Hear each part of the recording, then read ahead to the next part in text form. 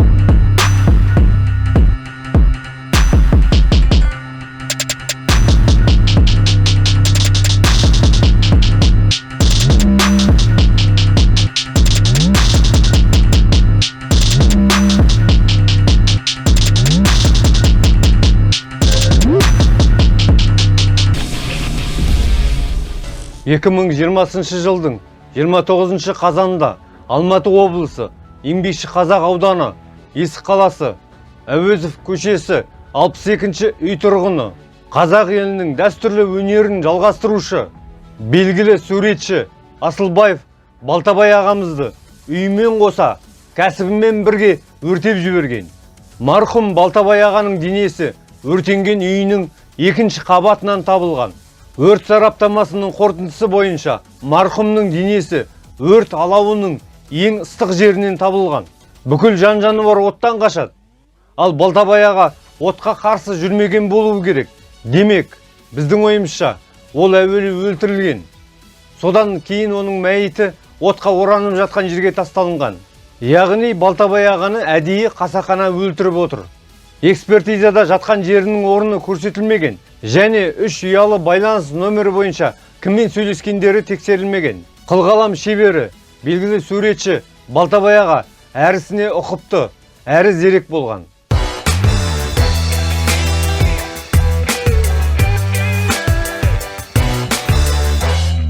Сол уақытта ұялы телефонындағы өзіне қажетті қосымшаларды және барлық жазбаларды өшіріп тастауы мүмкін емес еді. 2020 жылдың 28 қазан күні оның бәрін жоспарлы түрде өшіріп тастаған. Тіпті сол Әуезов көшесіндегі барлық бейнекамералар өшіп қалған. Оған қоса ұялы телефонындағы Play Market қосымшасын да жойып тастаған. Сондықтан да бұл жағдайды қасақана болған, алдын ала ойластырылған қылмыстық іспен байланыстырамыз. Осыдан 3 жыл бұрын, яғни 2018 жылы 31-ші телеарнасында Асылбаевтар кәсібінің құрдымға кетуі жайында информбюро хабарынан шаң басқан мұра атты сюжет өткен болатын. Асылбаевтар отбасы кезінде тірнектер жинаған, ұлттық жәдігерлермен жылдар бойы өз қолдарымен жасаған өнер туындыларын құшақтап далада қалғалы тұр. Заңсыздықтың құрбаны болдық деген отбасы бұл мәселеге Әділет министрлігі, бас прокуратура мен ұлттық бюроның араласуын сұрап отыр. Шындық менікі, қайткен күні мен ұмытуым керек, мен жеңілмеуім керек, мен осы өнердің төне жетіп тұрып, үлгілепше күресемін. Себебі менің ата-бабамның бәрі өнерден туған. Этнограф әрі географ Советхан Асылбаева бұл кеңес өкіметінен қалған ескі кинотеатрды кезінде ұлттық мәдени орталық жасау үшін сатып алған екен. Советхан апайдың жары суретші, ұлы мүсінші, ал қызы дизайнер. Асылбаевтар ескі ғимараттан шеберханалар мен көрме залын жасап, төл өнерімізді насихаттайтын қазақтың Эрмитажын ашуды жоспарлаған. Сол үшін жары Балтабай Асылбаев Зейнәл деп аталатын жеке кәсіпкерлік ашып, бұл ғимаратты кепілге қойып, даму қоры арқылы мемлекеттен 32 миллион теңге алмақ болған. Алайда заңгер Шолпан Лизабекованың айтуынша, суретшіге тек 11 миллион ғана берілген. Ақша толық қолға тимеген соң, Асылбаевтар қаржының 9,5 миллион мемлекетке қайтарған. Бірақ бүгінгі күнде біз айтып жатқанымыз жемқорлық сыбайласқа тікелей бар дегеніміз 21 миллион ақшаны алынбай қалған Асылбай Балтабайдың. Демек 2017 жылы 10 наурызда осы мына шара жалпы құлап тұрған ғимаратты даму қоры КПЛ Миник деген неге жауапкершілігі шектеулі серіктестікке сатып отыр. Кепілдегі ғимарат 17 миллионға сатылып кетті. Алматы облыстық мамандандырылған экономикалық соттың шешімі бойынша енді Асылбаевтар ескі кинотеатрды босатуы тиіс. Мы намерены исполнить решение суда. Соттың шешімін орындайын деп келдік, яғни ғимаратты босатып алмақпыз. Олар ақылға жүгініп өз бетімен ғимаратты босатады деп үміттенеміз.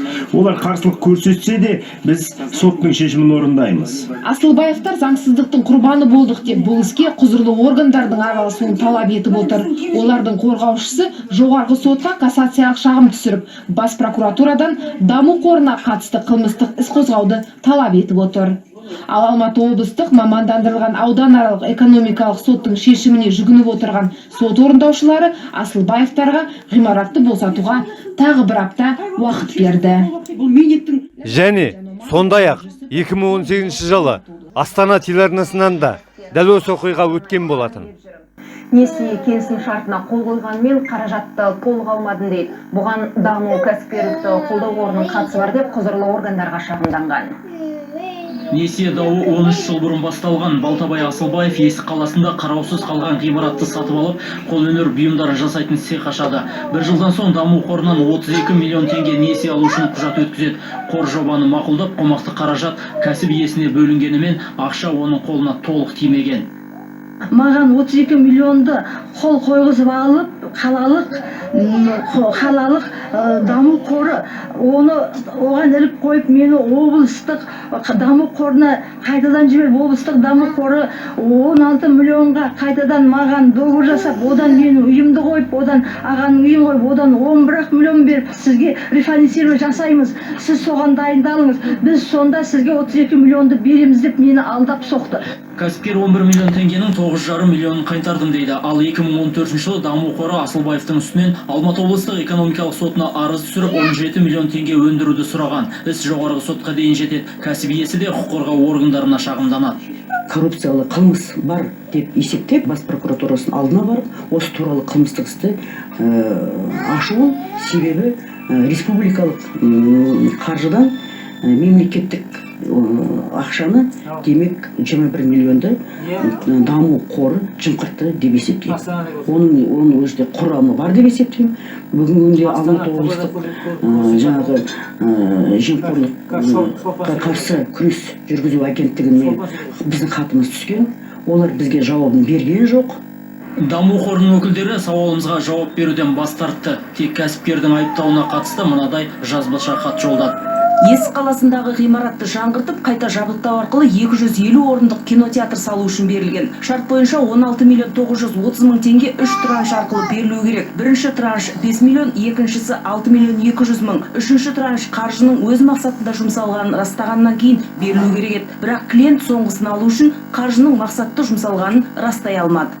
Тараптар сатып алады, ал кәсіпкердің қолынан шыққан ұлттық қолөнер бұйымдары мен қондырғылар бір айдан бері шаң басып, шашылып жатыр. Кәсіпкер құзырлы органдар істің ақ-қарасын ажыратады деген үмітпен күн кешуде. Ол қордан ірі көлемде қаражат алмаған дәлелдеу үшін құзырлы органдар істі тергеуін қалайды. Әлде біреулердің қастандығынан пышақ жарақатын алып, жаны әрең қалған кәсіп иесі ақырына дейін күреспекші. Ришат Асқарбекұлы, Әсет Еленбаев, Астана телеарнасы, Алматы облысы. Аталған оқиға теледидардан ақпараттар беретін 31 арна мен Астана телеарнасынан информбюро және жаңалықтар бағдарламасында хабарлаған. Қазіргі уақытта бұл сюжеттер YouTube желісінен өшіріліп тасталынған. Ұсынылып отырған бейнежазбалар Сәветхан апаның өз мұрағатынан алынды. Осы күнге дейін бірнеше мәрте арызданса да, орындаушы соттар мен прокурорлар міз бақпай, істі жылы жауып тастай береді.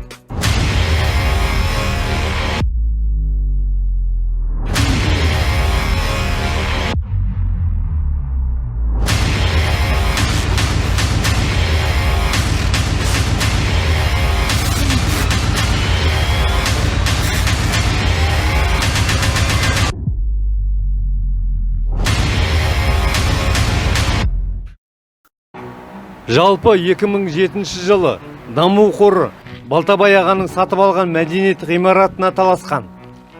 Сол жылдардан бастап даму кәсіпкерлікті дамыту қорының біраз былықтары ашылса керек. Балтабай ағаның отбасылық кәсібін балтамен шапқандай етіп өшпенділікке барған. Ең соңында Балтабай аға құжатқа қолтаңбасын қоятын шақта қайғылы оқиға орын алды. Негізінде мен ойлаймын, даму кәсіпкерлікті дамыту қоры деп атап емес, құлдырау кәсіпкерлікті қорлау қоры деп атау керек сияқты. Соңына дейін күресемін. Қанатымды қайырып, жүрегімді айырып кетсе де, әділдікке жетемін дейді Сәбетхан апа.